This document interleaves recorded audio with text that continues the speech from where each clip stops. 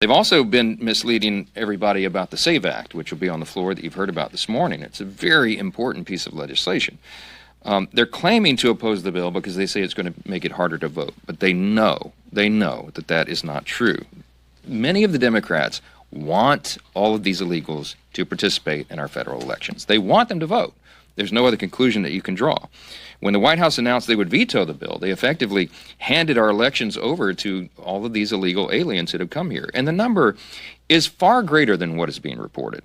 We were in conference this morning. One of our colleagues from the state of Kentucky was down at the Texas border over the last week.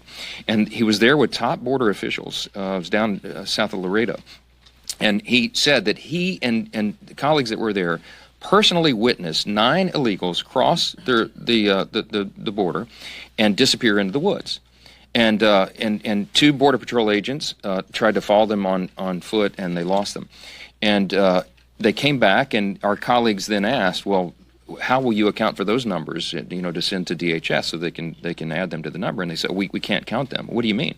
Well, the Secretary and DHS does not allow us to count anyone unless we can say conclusively that they didn't cross back over the border and go back. And we lost them in the woods, so we don't know. So they don't even count in the got-away numbers. This is how it's being done. Whatever number you think, whatever number is being reported is grossly underreported. I've been saying for some time, I think it's probably close to 16 million. That may be an underestimate. And it's a serious problem, and we cannot allow a federal election to be jeopardized by people who can run into the local welfare office, sign up for taxpayer benefits, and check a box that says, I'm a citizen and I want to vote. This is common sense legislation. Chip Roy has done an extraordinary job. Others have, preparing this, getting it ready. We have to make sure that we don't have an election that is flawed in this way. In states that are trying to catch these criminals, they're identifying thousands of illegal aliens who are indeed registering and trying to vote.